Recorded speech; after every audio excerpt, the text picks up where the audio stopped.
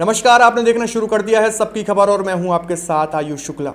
दुनिया की करीब आधी कृषि भूमि, दुनिया के लगभग आधे खाद्य उत्पादन पर नियंत्रण रखने वाले देश और करोड़ों किसानों के भविष्य से जुड़े फैसले, इन सब का केंद्र इस सप्ताह मध्य प्रदेश का इंदौर बनने जा रहा है।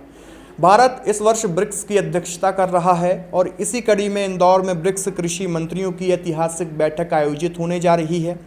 केंद्र सरकार इसे वैश्विक खाद्य सुरक्षा और छोटे किसानों के हितों के लिए बड़ा अवसर बता रही है। वहीं विपक्ष सवाल उठा रहा है कि अंतर्राष्ट्रीय मंचों पर किसानों की बात करने वाली सरकार देश के किसानों की ज़मीनी समस्याओं का समाधान कब करेगी। आखिर इंदौर में होने वाली इस बैठक का एजेंडा क्या है, भारत को इससे क्या फ़ायदा होगा और क्यों पूरी दुनिया की नज़र इस सम्मेलन पर टिकी हुई है, आज की इस खबर में इस पर ही बात करेंगे। मध्य प्रदेश का इंदौर शहर अब सिर्फ देश का सबसे स्वच्छ शहर नहीं बल्कि वैश्विक कृषि कूटनीति का भी केंद्र बन रहा है। 9 जून से 13 जून तक यहाँ ब्रिक्स कृषि मंत्रियों और कृषि कार्य समूह की बैठकें आयोजित होंगी। भारत इस वर्ष ब्रिक्स समूह की अध्यक्षता कर रहा है और इसी कारण यह बड़ा आयोजन देश में हो रहा है। केंद्रीय कृषि मंत्री शिवराज सिंह चौहान ने प्रेस कॉन्फ्रेंस में कहा कि यह बैठक केवल एक औपचारिक सम्मेलन नहीं बल्कि दुनिया की खाद्य सुरक्षा, कृषि विकास और किसानों के भविष्य से जुड़ा महत्वपूर्ण मंच है। शिवराज सिंह चौहान ने बताया कि ब्रिक्स की शुरुआत वर्ष 2006 में हुई थी। आज यह संगठन 11 सदस्य देशों और 10 साझेदार देशों तक विस्तार पा चुका है।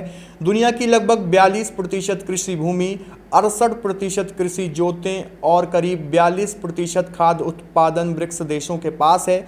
यानी दुनिया में खाद्य सुरक्षा, कृषि व्यापार और कृषि तकनीक से जुड़ा कोई भी बड़ा फैसला ब्रिक्स देशों के सहयोग के बिना संभव नहीं है। भारत इससे पहले भी 2012, 16 और 21 में ब्रिक्स की अध्यक्षता कर चुका है।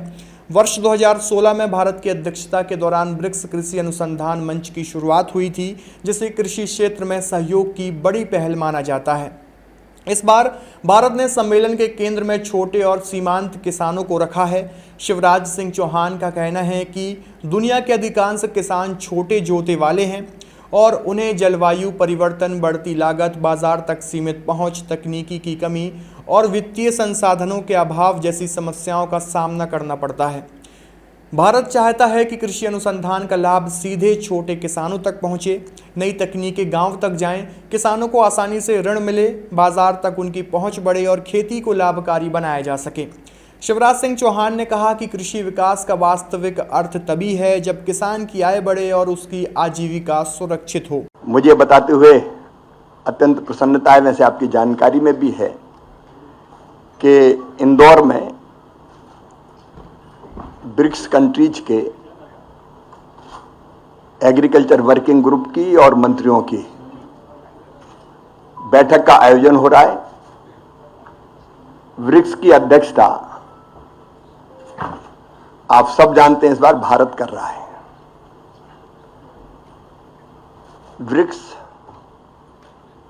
विकासशील देशों की एक बहुत प्रभावशाली आवाज है वैश्विक मंच पर। ब्रिक्स कंट्रीज के अंतर्गत दुनिया की लगभग आधी आबादी आती है। 42% कृषि भूमि कुल मिला के ब्रिक्स कंट्रीज के पास है और उत्पादन में भी 42% से ज्यादा हिस्सा ब्रिक्स कंट्रीज का है। लगभग सब विकासशील देश है। और एक बात और है कि कुल 58 करोड़ किसान पूरी दुनिया में हैं। उसमें से लगभग 70% छोटे किसान ब्रिक्स कंट्रीज में निवास करते हैं। अपवाद छोड़ दें तो जोत के आकार काफी छोटे छोटे हैं और 68% कृषि जोतें ब्रिक्स कंट्रीज के पास है, 68%। और इसे आप अंदाज लगा सकते हैं कि दुनिया की खाद्य सुरक्षा भी बहुत हद तक इन पर निर्भर करती है। इसलिए ब्रिक्स जब कृषि के बारे में चर्चा करता है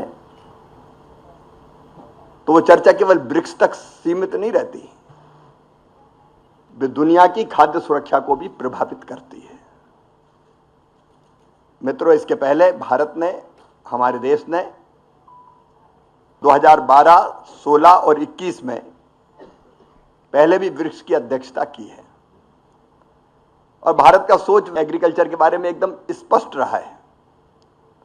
हमारा विषय केवल कृषि का उत्पादन नहीं, कृषि का उत्पादन एक विषय है, उत्पादन लगातार बढ़ती रहे, फूड सिक्योरिटी सुनिश्चित होती रहे, खाद्य सुरक्षा सुनिश्चित हो, लेकिन पौष्टिक आहार भी लोगों को मिले और किसान की आजीविका और रोजगार ये सुनिश्चित और सुरक्षित रहने चाहिए। और सस्टेनेबल एग्रीकल्चर जिसको कहते हैं, सतत कृषि, उसकी भी चिंता करते रहना चाहिए। इसलिए भारत की 2016 की अध्यक्षता के दौरान ब्रिक्स कृषि अनुसंधान मंच, ब्रिक्स एग्रीकल्चरल रिसर्च प्लेटफॉर्म जैसी महत्वपूर्ण पहल शुरू की गई थी, जिसका रिसर्च में और नवाचार में बहुत उत्तम उपयोग हो रहा है, उसके लिए बहुत महत्वपूर्ण है।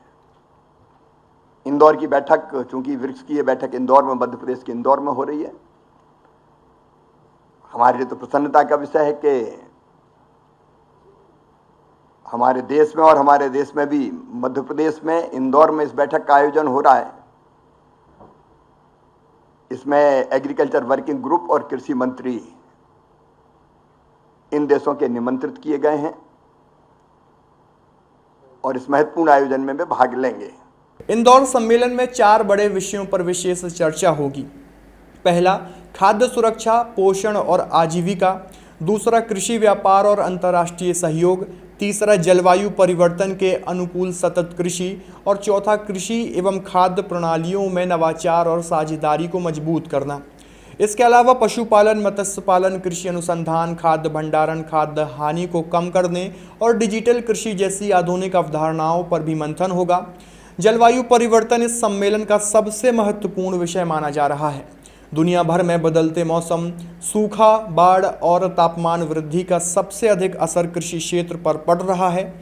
ऐसे में भारत कृषि, प्राकृतिक खेती, जल संरक्षण और डिजिटल पब्लिक इंफ्रास्ट्रक्चर जैसी तकनीकों को बढ़ावा देने पर जोर दे रहा है। भारत का मानना है कि यदि छोटे किसानों तक तकनीक और वैज्ञानिक कृषि पद्धतियां पहुंचाई जाएं तो खाद्य सुरक्षा की चुनौती से बेहतर तरीके से निपटा जा सकता है। इस सम्मेलन में महिलाओं और युवाओं की भूमिका पर भी विशेष फोकस किया जा रहा है। 12 जून को लघु किसानों, महिलाओं एवं युवाओं के माध्यम से भविष्य की खाद्य सुरक्षा विषय पर मंत्रीय स्तरीय संवाद आयोजित किए जाएंगे। केंद्र सरकार का मानना है कि कृषि क्षेत्र में महिलाओं और युवाओं की भागीदारी बढ़ाई जाए, बिना भविष्य की खाद्य सुरक्षा सुनिश्चित नहीं की जा सकती। युवा उद्यमिता, एग्री स्टार्टअप, कृषि नवाचार और महिला नेतृत्व जैसे विषय पर भी चर्चा होगी। हालांकि इस बड़े आयोजन के बीच राजनीतिक बहस भी तेज हो गई है। भारतीय जनता पार्टी इसे प्रधानमंत्री नरेंद्र मोदी के नेतृत्व में भारत की बढ़ती वैश्विक प्रतिष्ठा का प्रतीक बता रही है।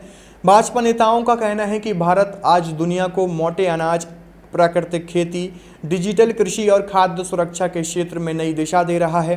भाजपा का दावा है कि भारत अब केवल कृषि उत्पादन करने वाला देश नहीं, बल्कि कृषि नीति तय करने वाले प्रमुख देशों में शामिल हो चुका है।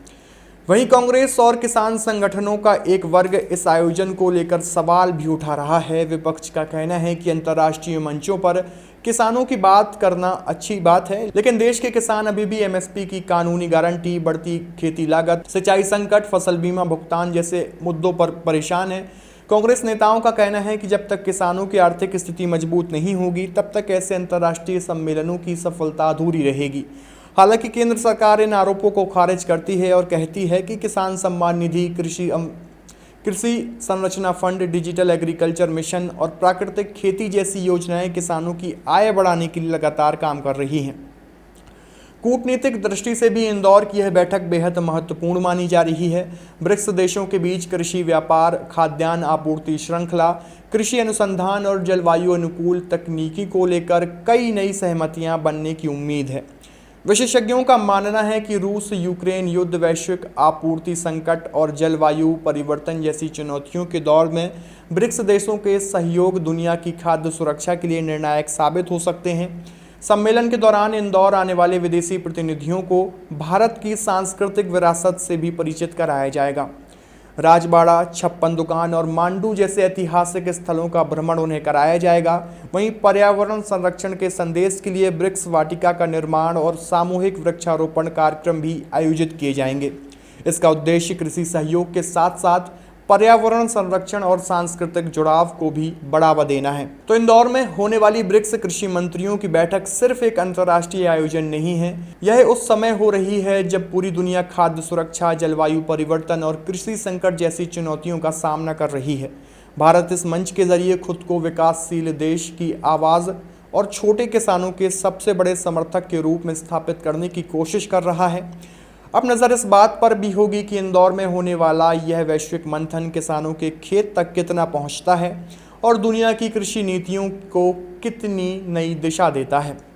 आपकी इस पूरी खबर को लेकर क्या राय है, कमेंट बॉक्स में अपनी प्रतिक्रिया दीजिए और बने रहिए सबकी खबर के साथ। शुक्रिया।